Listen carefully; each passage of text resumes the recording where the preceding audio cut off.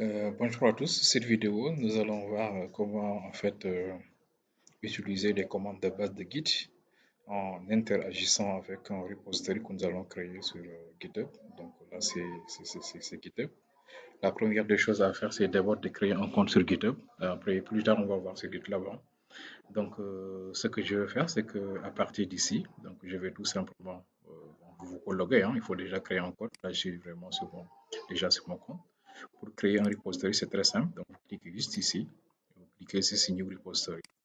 Alors, et à partir de là, ce que je vais faire, c'est que je vais tout simplement pusher donc, mon répertoire Vagrant que j'ai déjà créé. Donc, je vais créer ici un repository que je vais nommer euh, Bootcamp Vagrant. Voilà. Alors, une fois que vous créez, vous pouvez également ajouter une description de votre repository. Vous pouvez également dire que votre repository est public ou privé. Si c'est privé, il n'y a que pratiquement vous et les gens qui sont invités qui vont le voir. Si c'est public, par contre, ça sera visible une fois qu'une personne intègre tout simplement a accès à votre à votre compte GitHub. Là également, il est possible d'initialiser en ajoutant également un README file. Dans ce cas, le compte sera automatiquement initialisé avec un contenu, avec un premier également commit, mais nous, on ne va pas faire ça.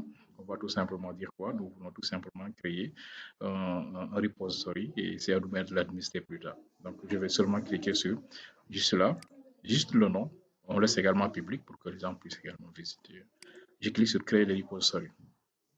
Alors, une fois que le repository est créé, on va même vous guider, on va vous dire de faire déjà un git edit sur un repo local parce qu'il n'y a rien. On va également vous demander d'ajouter également un fichier dans votre repo, d'ajouter, de committer, de push, de créer une branche, etc.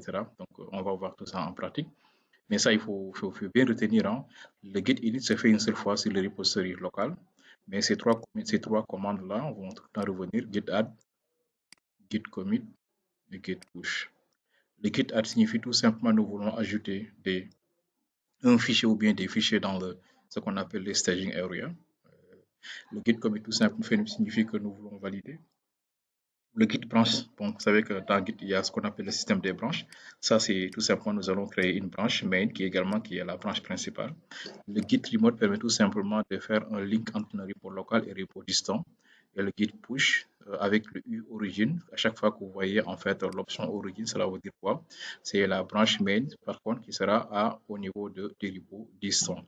Mais si c'est main seulement, c'est la branche locale. On va voir ça tout de suite. Alors, donc le repo est créé. Donc, ce qu'on va faire maintenant, c'est que je vais tout simplement pusher ce répertoire-là.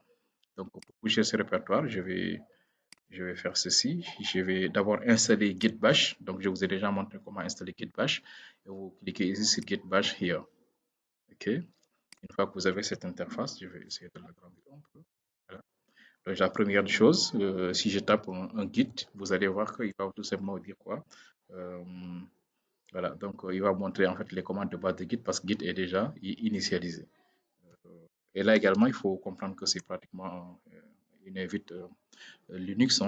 Donc, la première des choses à faire, c'est d'abord initialiser donc, le git init pour que un fichier .git soit créé. Donc, quand je fais un ls, vous voyez que nous avons le contenu, nous avons ce répertoire et un fichier Vagrant. Mais si je fais maintenant ls, un exemple "-a", pour dire que je vais afficher tout, vous allez voir qu'il y a quelques fichiers et répertoires qui sont cachés, parmi lesquels celui-là, c'est ça, pratiquement qui constitue la base de données locale de Git. OK, donc je vais encore effacer tout ça.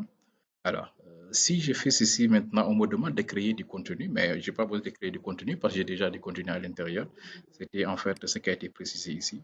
Donc, tout ce que j'ai à faire, c'est seulement de faire un git add. Voilà. Maintenant, si vous voulez, vous pouvez faire un git add. Je peux faire un git add et préciser, commencer par ce fichier, puis ce fichier-là.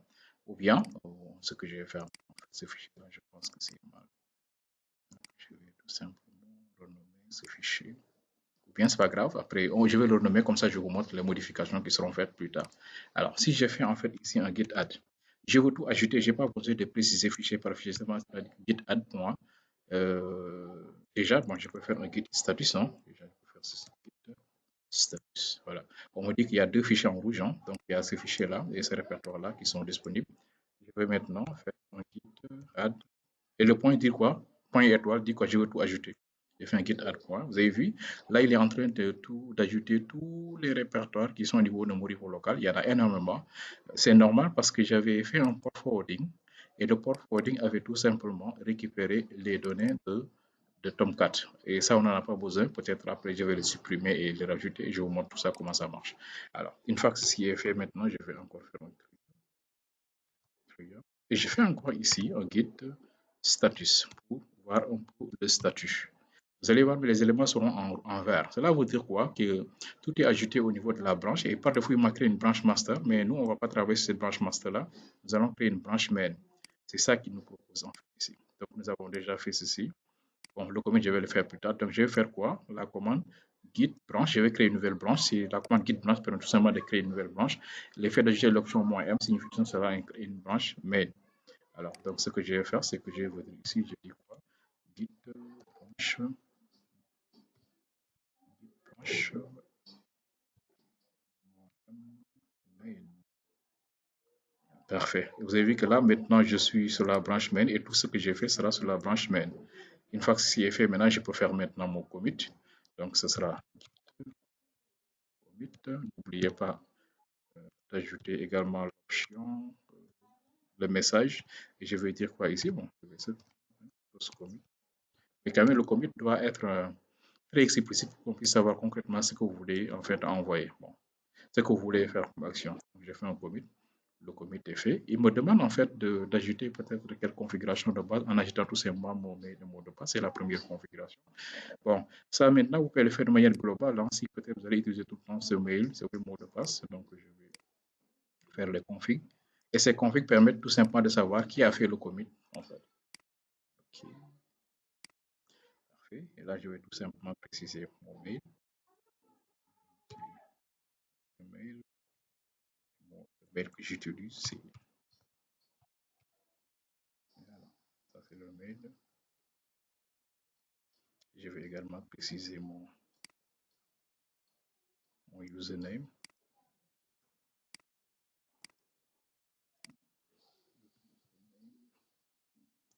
C'est le username de mon compte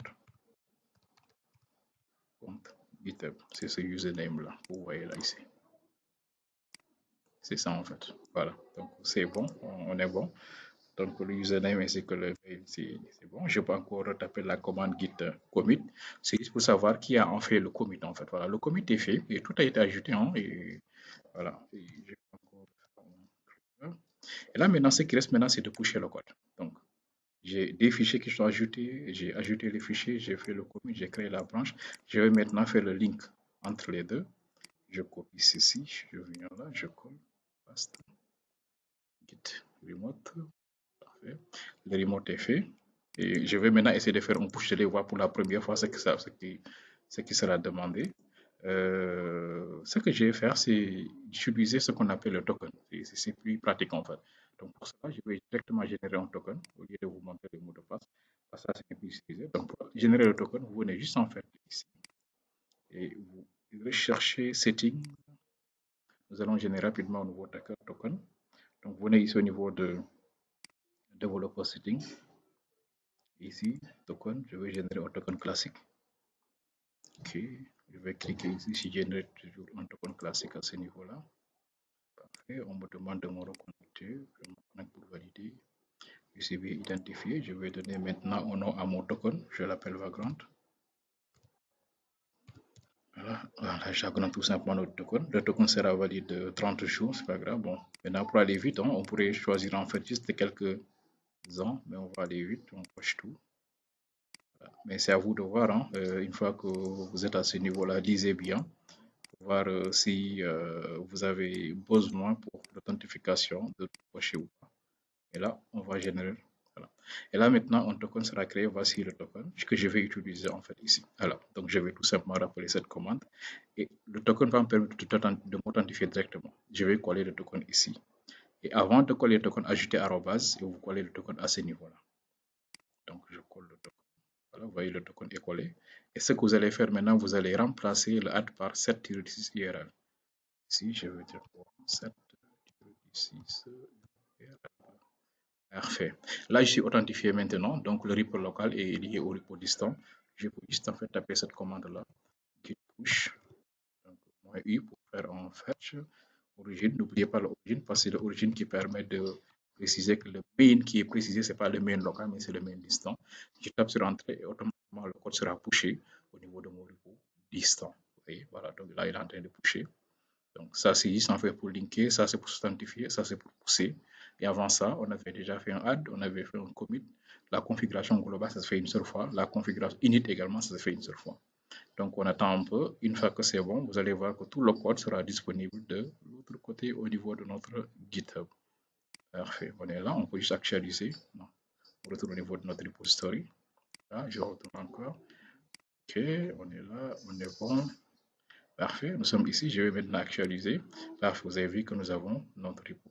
Alors maintenant, ce que je vais faire rapidement en une minute, je vais créer une nouvelle branche pour pouvoir faire une modification. Et pour cela, je vais faire ceci.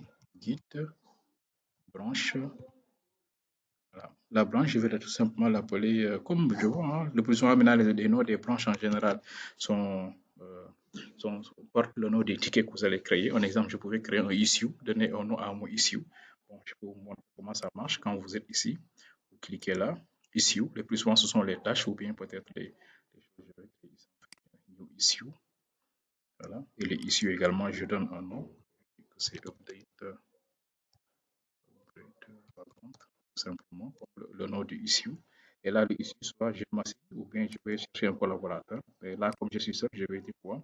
Je vais m'assigner en fait cet issue-là, ici, assign yourself à moi-même. Et je fais une description. Je veux dire ceci. Exemple, merci de. Ok, merci.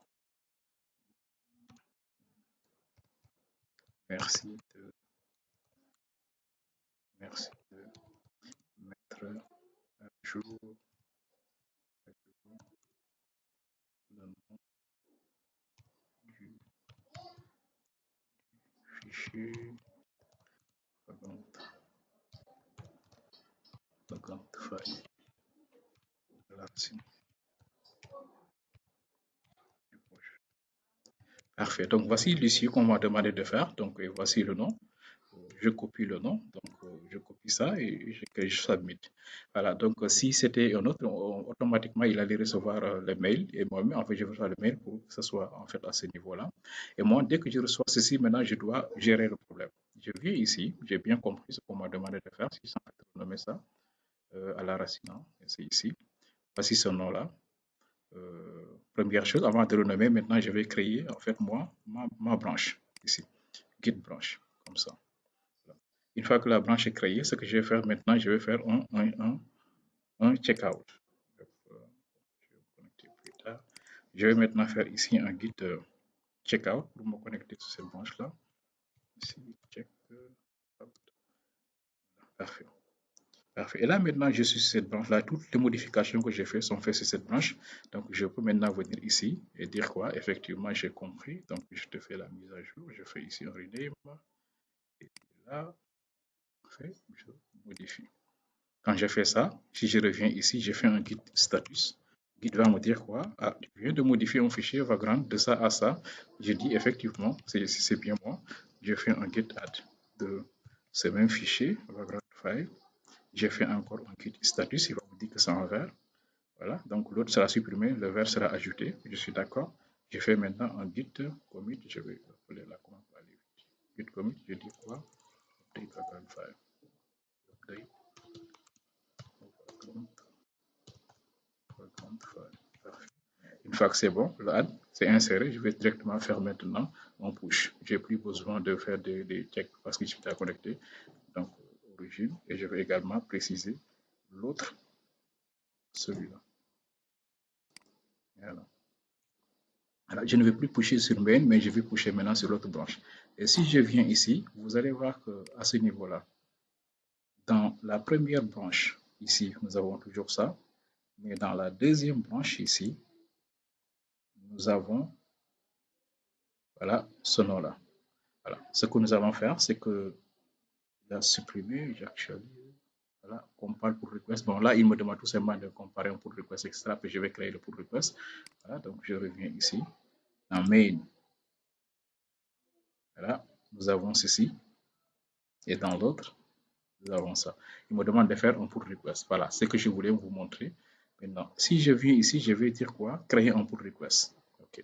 Le pull request, c'est quoi? Je veux maintenant prendre la branche, c'est brevi, update pour le fusionner ici. OK, en local. Parfait. J'ai créé ça. Maintenant, quand vous créez également ce pull request, même chose, vous devez également choisir un reviewer. Un exemple, c'est moi, je suis seul ici. Donc, j'ai pas de review, mais si j'avais également d'autres collaborateurs, je pouvais également désigner quelqu'un qui puisse me relire le code. C'est ce qu'on appelle la lecture de code. Je vais en fait ici créer le pull request. Bien sûr, ce sera moi, hein, parce que pratiquement je suis le seul à le faire. Donc, c'est à moi de lire et de valider et tout. Je vais tout simplement faire un merge. Voilà, je confirme. Et qu'est-ce qui va se passer? C'est quoi? Il va tout simplement prendre le contenu de update background qu'il va ajouter dans main. Si je reviens maintenant ici, là, c'est 8. Là, ici sur background. On avait ceci. Il y a ce niveau. Dans main, nous avons ça. Par contre, un truc que j'ai pas aimé, c'est que ceci doit être supprimé. On peut essayer de voir déjà faire un ls. Ça. Il n'a pas supprimé. Bon, de toute façon, je vais revenir maintenant sur cette modification. Pourquoi il n'a pas modifié? Pour ne pas que la vidéo ne soit pas trop longue. Je me limite à ça et je reviens sur cette partie-là.